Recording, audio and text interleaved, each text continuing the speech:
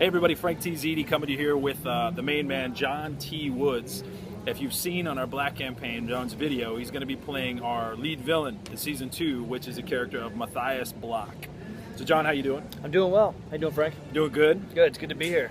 I had an opportunity to do some traveling for work again, and I met up with John, and we've just been talking character. We got a chance to really kind of dive in and relay a little bit about what was the topic of our conversation when it came to deeper people. Well, we were talking about how Black Season 2 is going to be technically incredible as far as the action and the believability of the characters, but we were talking about sort of going deeper with these characters' relationships. What do they have to lose? What do they love in life? What are the stakes for these guys? That kind of thing, and really delving into that and hoping that the audience can connect with these characters on a deeper level. Tell us who Matthias Block is. Matthias Block is a former mercenary. He's sort of become a different sort of mercenary, I suppose. He works for himself now. And what I like about this character is that I always find it to be very fun to identify with the bad guy, to look at what his or her motives are and realize that their badness and their evil nature sort of falls into a gray area. For, you know, the reason why they do what they do is a good reason, but the actions which they take are pretty horrible.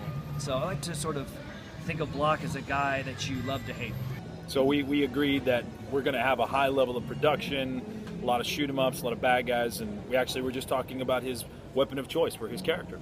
So we won't tell you that right now. Have you done any training or had any experience? Tell us a little about your gun experience. Well, I'm from Oregon originally. I mean, it's a state full of hunters. So I love guns. I love weapons. A lot of my good friends are in the military. My brother's in the military.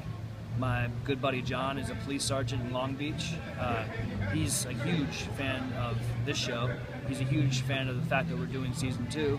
But we're really excited to have the opportunity to take everybody deeper. So if you hadn't seen just a couple of the recent updates, we just posted a sponsor giveaway for Season 2, which had over 10 different sponsors that have been huge helps to us. 511 sticker ups, WebTech gear, Black Ops toys, Zert Nation, RE Factor, Combat Swag. I know I'm going to forget somebody. Moderno, Cowtown Studios, Kuma Survival School. I don't know if I'm missing anybody. But anyways, there's a bunch of people in there, and please show them some love. We're going to have this contest where we're giving away about $500 worth of swag, gear, whatever you want to call it.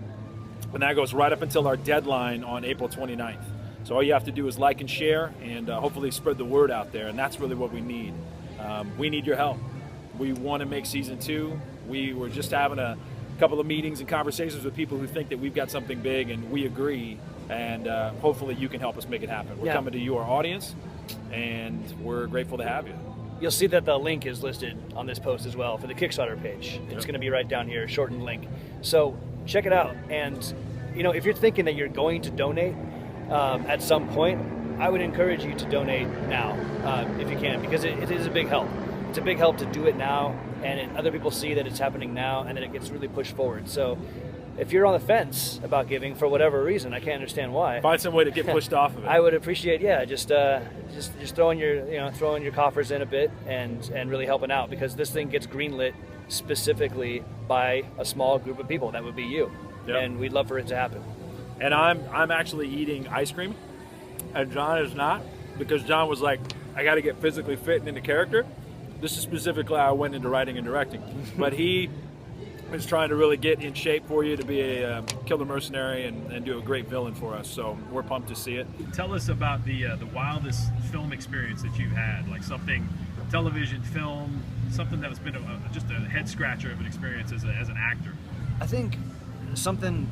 There's two things. The first one is my first big sort of break ever, and it was a movie called The Cutter with Chuck Norris. And I shot that up in Spokane, Washington.